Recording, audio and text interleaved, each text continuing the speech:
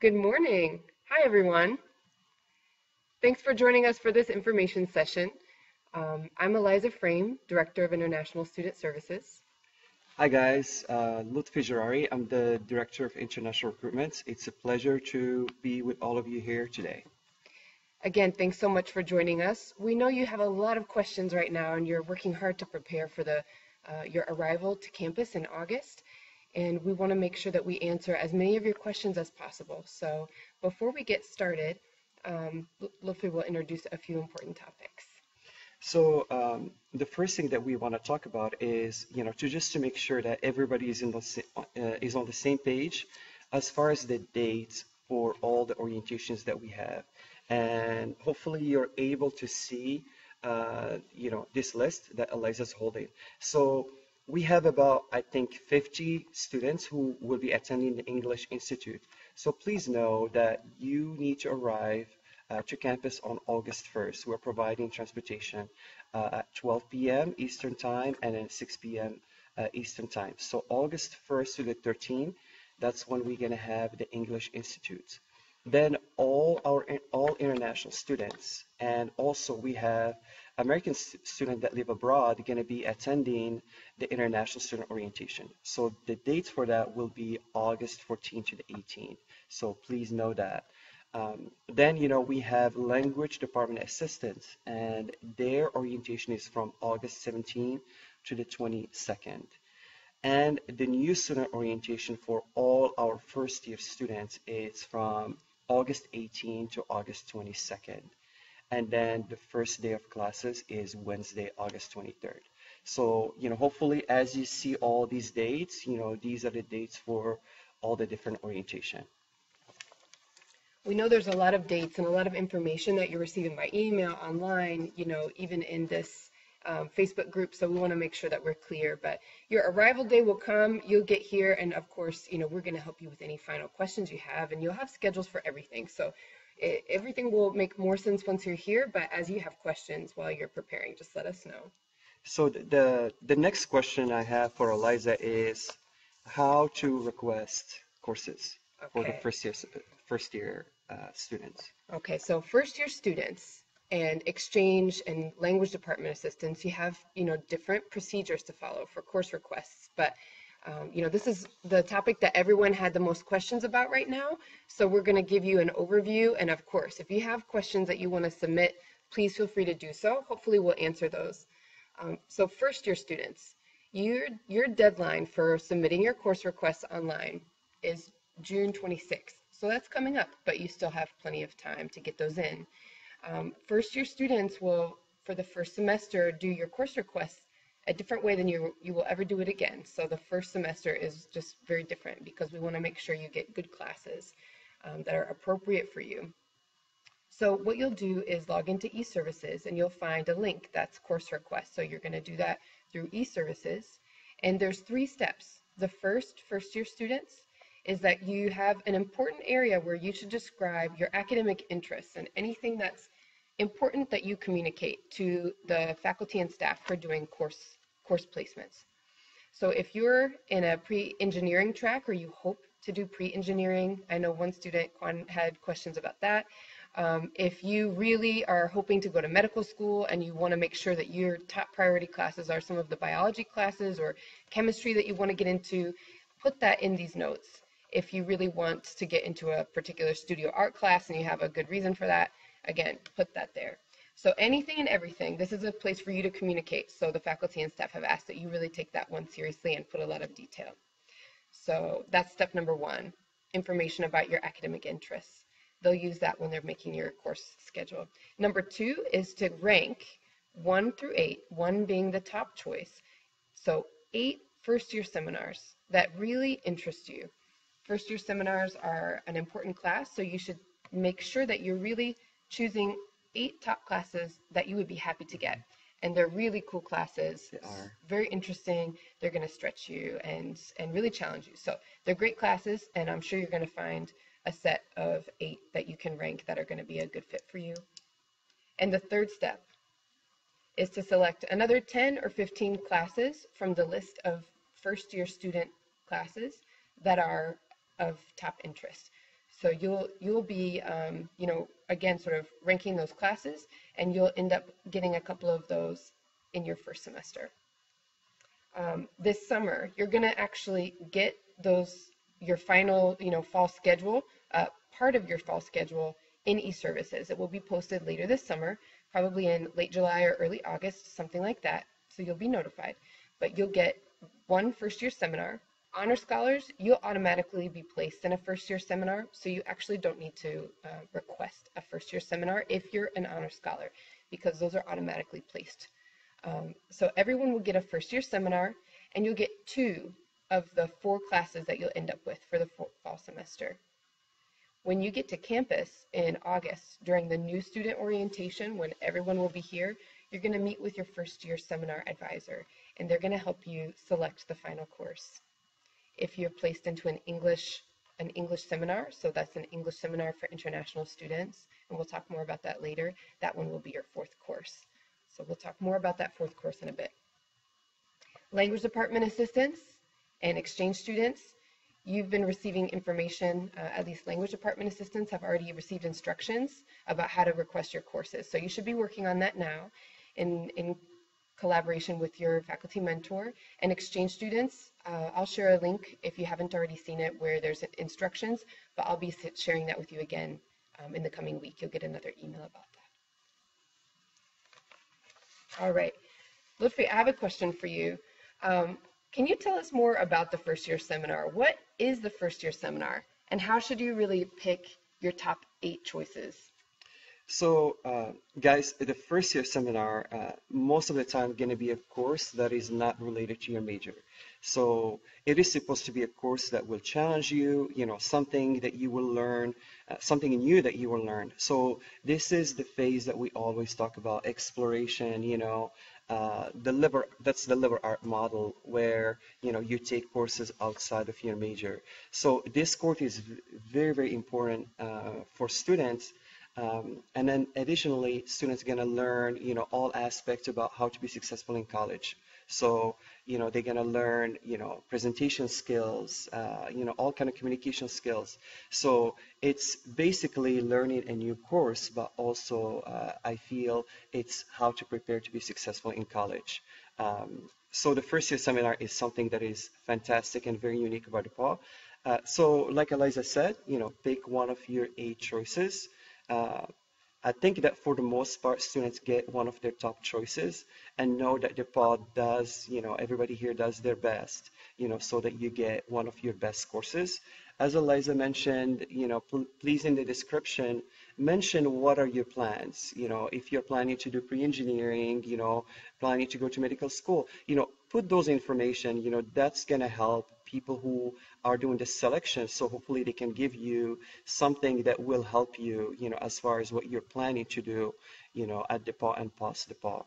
So, make your selection, think broadly, not only about your particular major, but, all other things that you might want to learn while you are at DePaul. So this is the phase where you explore, where you take different things.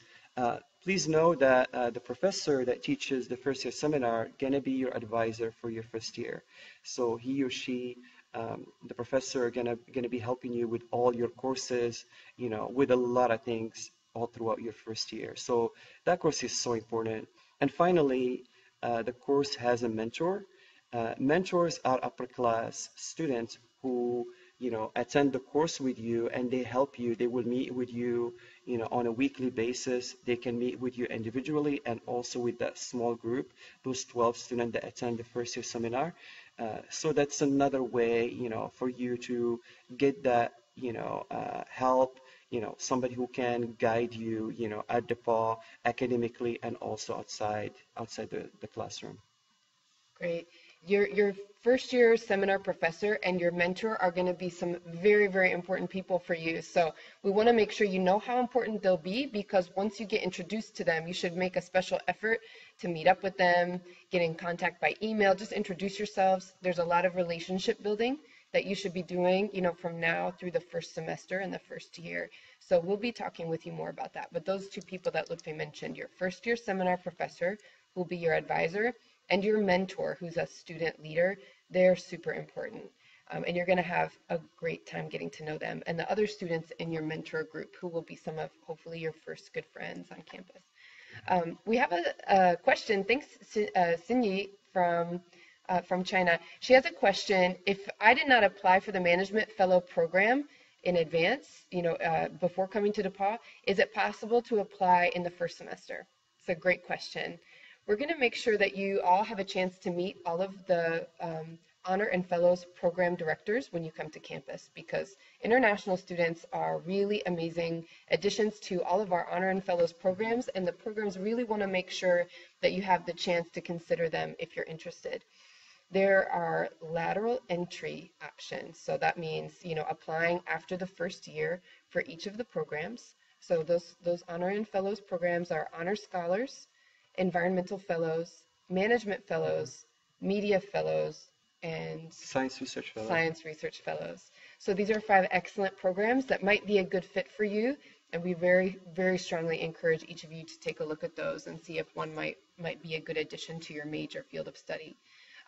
So the answer is yes, you are definitely going to be encouraged to consider to apply late or lateral entry for one of those programs. Students do it all the time, but each program has different lateral entry deadlines and dates. Some might let you in the middle of the year. Some might have you wait until the sophomore year. I believe that Management Fellows would ask you to apply for the sophomore year, and they do it, at the beginning of each academic year. And there's special seminars and speakers and events for each of those programs. Each one is really, really unique. So please check those out, and you'll have the chance to do more of that soon. Perfect. Eliza, I have a question for you. So you mentioned to the students that they all going to be enrolled in 3 courses, right? That's all right. of them. And so how do they get their 4th course? How Yeah. do they sign up for it? Good question. This is something that might be a little bit challenging to understand just in email and online, so we want to explain again. Most DePaul students will take 4 courses every semester. That's the standard course load. You have to take at least 3 to stay in full-time student status, but we recommend that you take 3 or 4 classes in the first semester, no more than 4. You need some, extra time to adjust. So when you come as a first-year student, you will have 3 of the 4 classes you'll end up with for the fall semester. When you come to campus, your academic advisor during the new student orientation, which is the 18th through the 22nd, you'll be meeting one-on-one with them, and even in small group setting with the rest of your mentor group. You're going to have a lot of chance to talk about the final course, how to decide which one, and they'll also provide you with information about any assessments you took. So during new student orientation, if you've taken language, math, or any of the other subjects where you want to test to see what level is appropriate for you, that's when those courses will be decided. So that could be one of your 4th courses. Say you take Japanese and you test into intermediate Japanese. You could select that as your 4th course during new student orientation. If you happen to be placed into one of the English for non-native speakers seminars, so that's English for academic purposes, which is very important, then that will be your 4th course. So that could be English 110 or English 115. And next week, the faculty who teach those courses are going to do another online live session. So you'll meet them, and you'll get to hear more about all of the amazing English resources that we provide. Wonderful. So, Lutfi, what other important recommendations do you have for requesting classes in the first semester? So I think, as we've mentioned to the students, they should really take a broad range of courses. So not only take science and math. I know from personal experience, as a former international student, when I came to the United States, it was easy for me to take math, science, those things were easy because, we take a lot of science, in high school. But, I would really recommend that you guys, take courses that will help you in your future. I think one of the best thing is, courses that will make you more comfortable, doing everything in English. So, either one of the seminar courses that Eliza mentioned with Professor Lynn Ishikawa. She teaches, a lot of English courses for international students. But also, look at other courses. I think that the more that you get comfortable with the English language, even though, you guys are amazing, you were admitted because you're fantastic students and your level is good, but to be even better, we always recommend that students, keep working on their writing. So a course that will provide you, opportunities to improve your writing are going to be key, because whatever you do, if you are an engineer or if you are a medical doctor or a lawyer, being, a good writer going to be key. So please look at the broader topics. Maybe you've never thought of taking a course in philosophy or psychology or, management. Just take different courses, maybe a language course. Language courses are key as well. Being able to speak more than one language, that's super important to be successful. So yeah, explore, don't be afraid, and please don't only take science, because we know that many of you are probably good in science. Right. The other reason why taking a variety of courses is very important is because you can't spend all your time doing the same kind of work. It gets to be a lot if you're taking all writing or all math, and it's a recommendation from many upper class students who've been in your shoes that you not load up too much on one kind of class, because it becomes a lot of work and you have to switch back and forth between the work you're doing. So to keep a variety is a key for having a good schedule in each semester. We had a great question from Franziska from Germany. Hi, Franziska. She asked something that I think all of you would benefit from knowing. Mhm. Is it possible to change your schedule once it's set in e-services, once you've been assigned your courses, or even once you get to campus? The answer is yes. We have an add drop period. So if you've even finalized, say you're a first year student and you've chosen your fourth class, you can still add or drop a class, so change classes in the first semester. There's a deadline, so it's only within the first couple of weeks, and you'll have to get approval from your advisor, but it's definitely possible. We recommend that you choose courses you're really happy with, and that you keep an open mind. Sometimes students don't get the top exact courses they want, and they think, I'm going to switch as soon as possible. Give it a try. Things are really different. Absolutely. You really don't know until you try, and oftentimes students find that a course they thought that may not be of interest ends up being something they love and changes their mind about maybe their major, or gives them really amazing skills. Say they got an acting class that wasn't their top choice, but then they find that that's been one of the most helpful ways to improve their communication skills and presentation skills. So please keep an open mind, because you really don't know until you've tried. But I'll yes, you answer. can change Yeah. classes. I'll answer Yanlei's question. So Yanlei's asking about how to pay, the tuition and fees for the fall. So please note that the deadline to submit payments, all payments, so for students who are doing the English immersion, or, students who are just coming for regular orientation, the international orientation and the regular orientation, the deadline to submit payments is August 1st. And then please know that you have the option to do the cash net. So to select, a payment plan. So that's an option that you guys have as well. And, if you guys have questions, please email us, and then we can put you in touch with the CashNet. CashNet office at DePaul, they handle Cash receipts. cash receipts. Cash receipts. Cash receipts office at DePaul, they handle all those kind of questions. So we'll be happy to put you guys in touch with the office.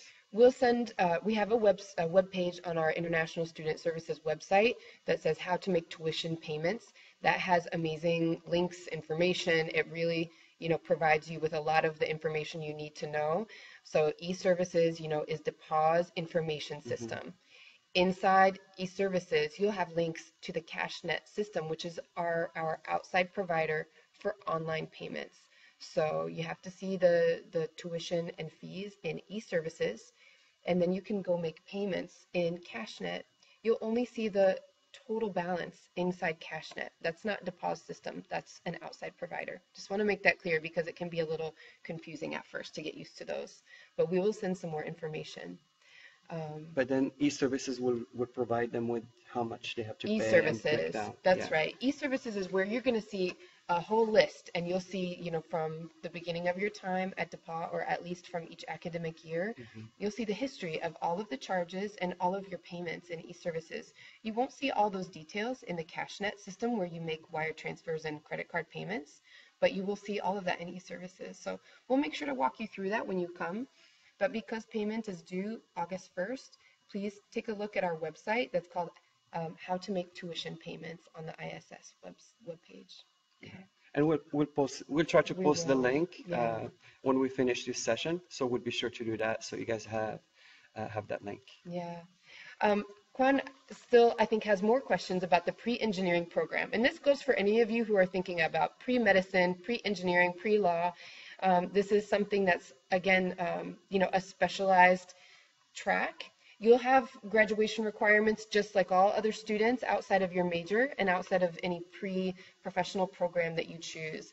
But you will have a special faculty advisor for each of those. So again, if you're pre-engineering, which many of you might be considering, Dr. Howard Brooks will be your advisor. He's the director of the pre-engineering program. You can email him at any time. He'll be happy to respond to you over the Hmm. summer. And you can look at their webpage. I'm sure they have a list of all the courses. So you should mention in the first step of the course request system online, the course request option. The first step is to provide information about your academic interests and your top priorities. What you really want people to know as they're helping um, give you the courses that you're going to have for the first semester. So please put in there that you're planning to major in pre-engineering and that you'd really like to make sure that you get into those classes, that's your top priority. Again, if you're pre-medicine, pre-law, any of that, even if that's what you're just considering and you really want to make sure you try those courses, or say computer Hmm. science, communication, let them know. That's the area where they're going to be looking at that. Cool. Okay. Um, do you want to answer? Kansar is asking about global partner. I think we are Hmm. not doing that yet. Right. We're working on it. Yeah. Right. Global partners, the announcement about the partners is delayed a little bit, so please don't worry in the checklist. Global partners, I'm going to email you hopefully this week, maybe the next week, um, and you'll be getting your partners matched soon. So as soon as you get an email, that will initiate the conversation with your global partner. It's an amazing opportunity, so I hope you really will all take full advantage of that. There'll be a lot of fun events and ways for you to become friends with your global partner. And over the summer, you should definitely email and Facebook with them. Perfect. Great. So, Eliza, a lot of students have questions about the students' health form. Yeah. They are a little bit confused about the vaccinations and Hmm. all those requirements. Do you Hmm. have any helpful suggestions for students? Thank you. Yeah, I know that a lot of you have had questions about the student health form. So here's what you need to know. The student health form, it's easiest and best for everyone if you can really complete all of the required immunizations before you come and the testing. So there's just a few required immunizations, and you can find the list, on the form and on the website. So there's just, I think, 3 required. And it's really best if you start now because there's usually a series for some of those immunizations. So you'll need a second round for some of them. So what you need to do is print the form, meet with your doctor, and have them help you complete the form. It will have to be signed by your doctor. And there'll be, again, required tuberculosis test, and there'll be a few required immunizations. You might already have had those immunizations. So what you would need to do is include the dates on your form. Your doctor will put those and sign that, and then you'll have to provide the documentation. So a copy of your immunization record of when that happened. Again, that's usually certified by your doctor. So that's something that you should include with your health form when you send it. Once your health record is complete, we've got a special secure email address. It's noted on the form. It will say for international students, here's the email address where you can email a scanned copy of your forms. So, put all of those documents together, scan them, and email them to the email address that's on the student health form. And then any of the vaccinations that the students don't do home, they can do that at the power, right, at the wellness center. Right. So again, strongly preferable that you do everything at home. If you have some immunizations that you have to, that you say that you can't complete for some reason at home, we'll make sure that you get those here at the DePaul Health Wellness Center. And the staff there, I mean, in the US, they take immunization and testing requirements very seriously, and there are state and federal, regulations for any students who are enrolled in universities and even, like younger students. So there are real requirements, and if you don't have some of the required testing and immunizations, you will have to have those once you get to campus. Some of them cost money, and again, you're going to be tired and jet lagged and have so many other Yeah. things to do. So please make your best effort to get those at home. Sometimes there are real reasons why you can't get something. There will be for some students who've had, I think it's called a BGC or BCG vaccination in your home country, that can alter the results of a tuberculosis test. So some of you, even if you have a tuberculosis test, you might have to do just one extra step once you get here. But our health services staff is going to look at each of your forms and tell us exactly who needs what once you get to campus, and we'll help you make those arrangements. So just watch your email, but Mhm. the most important thing is to get that health form done and send it as soon as you can. It So, is a deadline of July 1st, and there's a question about yeah. So there is the question about medical insurance from home country. I think the answer to that is, please send us the information from the medical insurance in your home country. We'll look at it. We have to submit it to our insurance provider, and they will be the one to decide whether it fulfill all the requirements, because for us, really what we care about is your safety, that you're healthy, and that you don't have any issues that will make you stressed. So know that the medical costs in the United States are super expensive.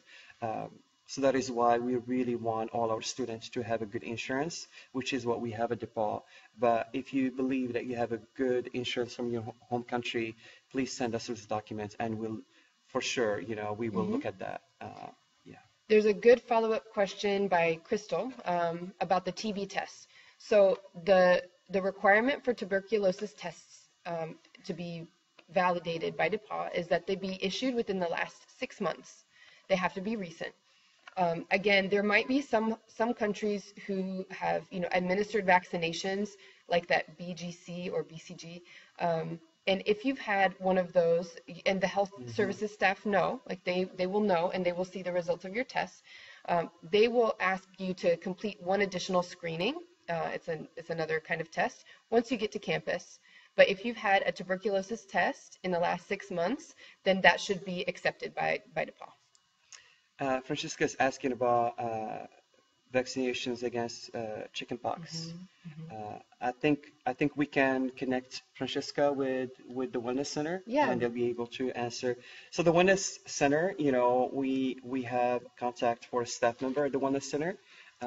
We're gonna share that information with you so you guys can email them with those specific questions, because we don't want to tell you something that might not be 100% accurate. So Eliza's actually typing the name of the person, Mhm. Jamie Chavez, and we'll give you her email address as well.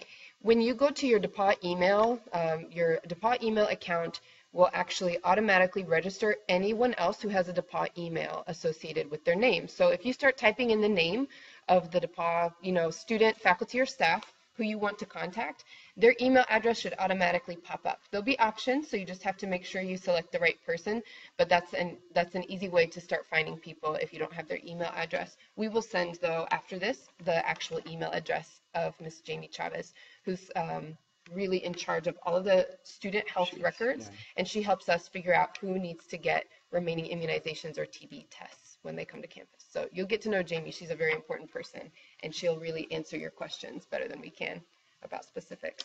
Perfect. Okay, one of the other questions that many of you have had is really what should we expect in the first days and the first weeks when we arrive? So Lutfi, and Lutfi's been an international student himself, so he can also speak to his own experiences, but can you tell the students more about what to expect and what's going to happen in the first days and weeks when they get to DePaul? So guys, the first thing is, as you know, you're going to be doing an orientation. Please don't be stressed about orientation. It's really a time, where we try to help you adjust. So, there is one exam, so don't be worried about that one exam. It will be an English exam. The test is to place you in the appropriate course. So, that test, we don't judge you. It's not, you failed or you succeeded. It's just that we want to make sure that you're placed in the level where you should be so that you keep improving your English and you're getting the support that you need. Ultimately, we want you to be successful. To be successful, you should be wonderful at English, not only speaking, but also writing. And so that is really the goal. So please don't stress about that. You don't really need to do anything special to prepare. I mean, you could keep reading books, watching things in English, movies. Once you have your global partners, start talking with them Absolutely. every week. A lot of global partners do that, and it's a great way to keep your English, going over the summer. Yeah, but it's nothing to be stressed about. Most of the programs that you will do in orientation, there will be a lot of social events. So many games. It's actually one of the best times. The students always love orientation. It's very chill, so it's not gonna.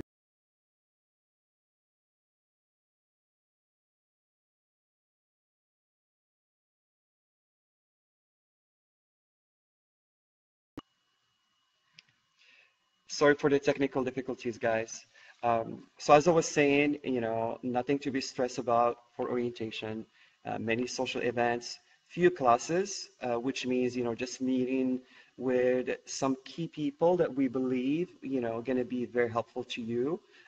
So you might be meeting with some deans, professors, some important staff members. Of course, you're going to be meeting with us. I'm going to be, I usually travel during, the year, to recruit awesome student like you, but my plan is to be around for orientation and meet everybody. Eliza's in charge, so she's planning a fantastic program for you. So like I said, nothing to stress about. We want you to have fun. And actually, many of the people that you're going to be meeting throughout the week of orientation are going to end up probably being your best friends. Um, we're expecting our largest class in the history of DePaul for international. So you guys are the biggest class ever, and there are some amazing students from all over the world. So you're going to be meeting with wonderful students like you, like yourself, but also with American students, with staff, with faculty. So please don't be stressed. It's going to be just fun. Um, Other thing to keep in mind, so during the regular orientation, there are exams as well. So there is the placement test. If you want to place out of calculus, if you've done, if you feel you're very good at math, then you can place out of math. Or maybe, you've done a language and you want to place to the next level. Eliza mentioned Mhm. Japanese, but, there are placement exams for French, for German, Italian, other languages.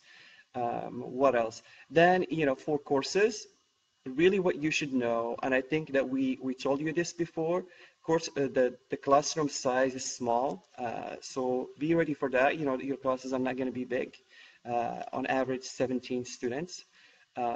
So participation is a big component at DePaul Big University. deal.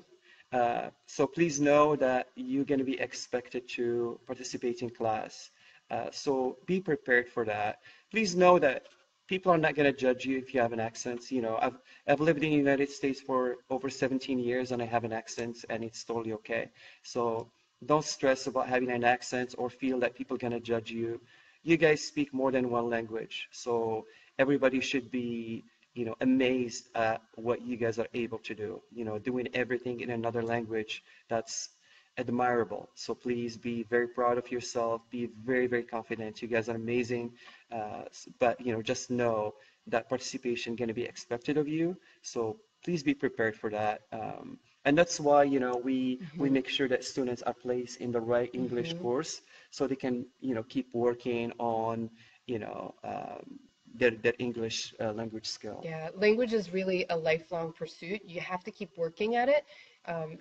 Many of us speak lots of different Hmm. languages, and as you know, if you don't use it, you lose it. So if you only go to class and then you speak your native language outside of class because you only hang out with others from your home country, that's going to hurt you academically. It's not going to help you professionally either. So if you hang out with friends, which you should, from your home country, you should also make sure that you're speaking English as much as possible, and you should also have American friends. Absolutely. You'll be meeting so many important people when you get here. And I was just talking with one of our Pakistani students who just finished her first year. She's going to be a sophomore, and she was saying, I didn't realize how much I was going to need to make an effort to talk to people in the first weeks. Hmm. So we want to help you feel confident about that, and we'll talk more about what the social interactions are like and what the culture is like so that you can understand how it will feel when you're having these first conversations with Americans. But you need to also use your ambassadors who you'll meet soon, your global partners, and even when you meet your mentors, your RAs, you're going to need to use them and ask them questions. But everybody is feeling the same. American students also feel nervous, so you're going to be feeling just the same as the domestic students, and they're very diverse. We have a very diverse student body. So there'll be a lot of people who, look nothing alike, and a lot of people who have accents from the United States. So, you'll be in good company. I think the last thing that I want to mention is culture shock. Hmm. So that's something that, of course, anybody that goes to another country gonna experience. So there is an adjustment period. Adjusting to the food, adjusting to doing everything in English. And again, like Eliza said, the support that we have is really to help you overcome any challenges that you might face. So please be sure, and I hope that you will remember this. Please reach out to us whenever you're feeling down or you're Hmm. feeling homesick or you're having any issues. Really, our job is to make sure that you guys are happy and successful. We really mean that. So please reach out to me, reach out to Hmm. Eliza. We're here to help you. Your ambassadors, like Eliza mentioned, your global partners, your professors, and classmates. Please build your network. That's going to be the key. Building a network, Yeah. having close friends. These are the people who are going to help you overcome any challenge that might come your way. But really for me, the big thing about DePaul is that we have a good support network. Our international community is very, very well connected. Hmm. Great people. Really the international students care about one another. So you're going to find a lot of support from upper class international students who are going to be there for you. Hmm. So you have to reach out when you're feeling, anything, when you're feeling down, please reach out. That's really the best way to overcome any challenges. Hmm. And I guarantee you that other people are feeling the same way that you are. That's something that a lot of students don't realize. They don't want to talk about how they're feeling. They're feeling nervous, they're feeling scared or just lonely. And then as soon as they reach out, they realize that other people have gone through all the same things. So we really, want to make sure that students have all the connections they need. And this is going to be your home away from home. So a lot of international students really get very close to one another and to their American friends as well. Also, faculty and staff, they're going to be really mentors to you. So you have to communicate and reach out. It can be hard, but we're going to help you get there. Absolutely. Yeah. So my last question, Eliza, Hmm. are there any important things, anything that students need to be thinking about, as they're preparing and getting ready for their new journey? Again, it's probably a little overwhelming, the kind of amount of information that's being thrown at you right now, but we want to make it as simple as possible. So there are two important websites that I want to make sure you know about. One, you've probably already seen. It's the new International Student Checklist. That's going to help you stay on task. And also, there's a website for all first-year students called Important Tasks and Deadlines. That's the other place. We'll send those links again. You've already gotten them, I Mhm. think, many times. But as we, move through the remaining weeks that you have to take care of everything, we want to make sure you don't miss important deadlines. We have a list of important deadlines Sure, here that we'll let's. show you. Again, just seeing it all together in writing might be helpful. So Lupe's going to pull that up. So the first one is that next week, we're going to continue to have online sessions now because there really are important things we want to make sure you're thinking about. And this is an easy way to do so. So next week, you're going to get to meet some very important faculty members. And these are, like I said, professors who you'll be taking classes with, and they also oversee all of our English for academic purposes. So they're going to be very important to your writing, development at DePauw, and they'll also be administering the assessments and things. We'll send out information about that. So definitely try to catch that. And then DePauw has, some very important expectations and rules, in terms of safety, uh, guidelines, academics, all of that. So we have a few online videos and kind of modules, so maybe quizzes that you'll need to start viewing or taking in the next few weeks. There's going to be about 3 to 4. So you have to start watching your email. I really strongly recommend. All students would tell me that they never realized how important it is to check their email, their DePauw email every day, and you're supposed to respond each day to faculty or staff who email you. You're going to get information about these required videos and modules through your DePauw email. So please, please start checking your DePauw email every day, and you need to respond. Course requests, like we mentioned, are due for first-year students June 26th. So do that through e-services. Exchange students and language department assistants, you don't have that same deadline, but we'll be in touch again as we have been through email about that. By the end of June, you should have your roommate assignments.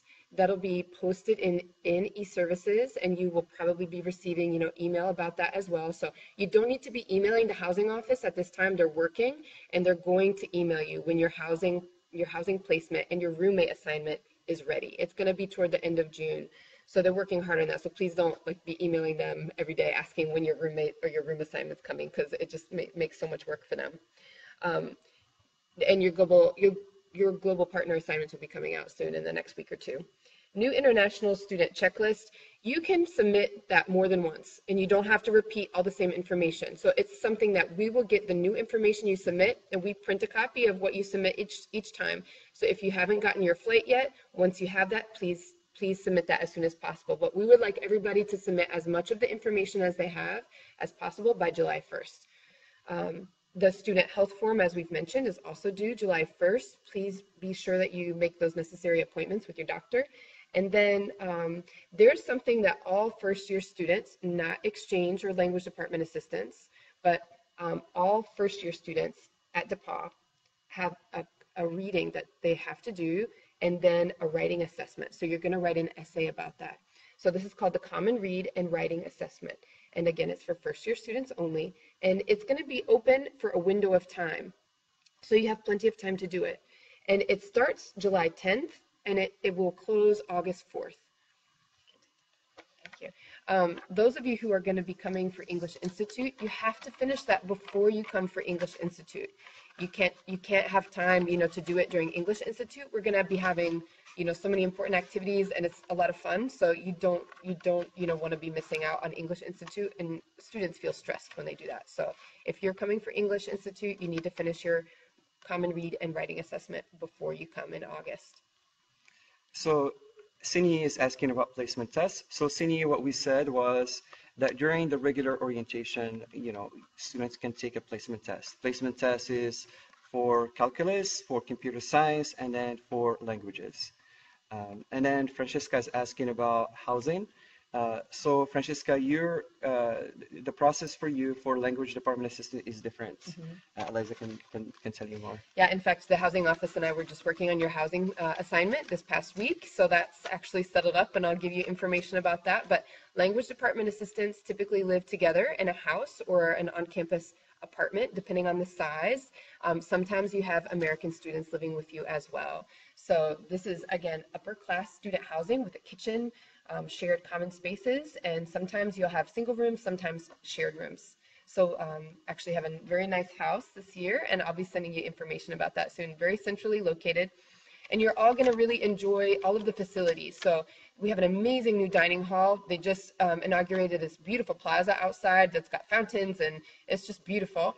So we have state-of-the-art facilities. There's an amazing gym and nature park that are at your reach, just a couple of minutes walk. So you have so many incredible sort of ways to enjoy being healthy and happy at DePaul. You know, the facilities are really fantastic, and you'll all have access to a kitchen, even first year students in your residence halls. And those of you who are exchange or upper class, or excuse me, LDAs, you'll be in upper class apartments or houses, and you'll have your own kitchen as well. Everyone will have laundry facilities in their building or very close by. Awesome.